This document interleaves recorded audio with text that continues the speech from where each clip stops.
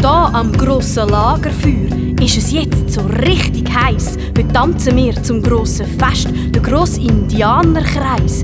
Nur auf einem Bein hüpfen wir, das wird heute noch Grosses werden. Da im Schein von wilden Flammen klopfen wir auf die Mutter Erde. Dum dum hea hea dum dum ho, dum dum hea hea dum dum ho, dum dum hea hea dum dum ho, dum dum hea hea dum dum ho. Stampft all auf der Stelle, geht jetzt grad auf die Mitte zu. Schaut alle kurz nach oben, der Manitou, der schaut uns zu. Hebt unsere beiden Hände, danket dem, wo oben waltet.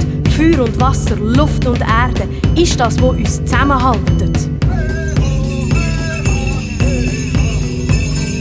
Und wir drehen uns im Kreis einmal um uns selber herum, beugen uns jetzt weit nach vorne, unser Rücken ist ganz krumm, immer tiefer liegt der Kopf, die Arme die schwingen auch noch mit, drehen uns weiter und wir stampfen alle nur im gleichen Schritt.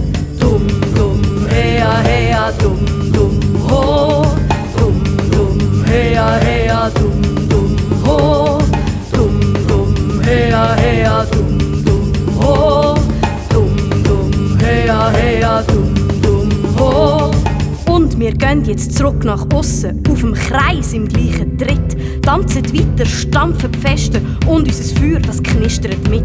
Trommeln, die werden Leute, das Indianerherz, das bebt.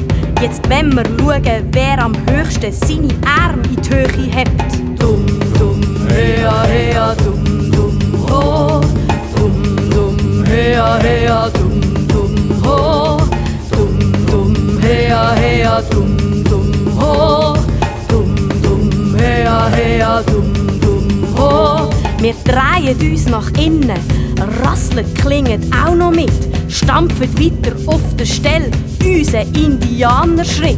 Unser Feuer, das brennt jetzt kaum noch, ja, der Tanz hat Spass gemacht. Alle bleiben schliesslich stehen, nur der Wind pfeift noch durch die Nacht.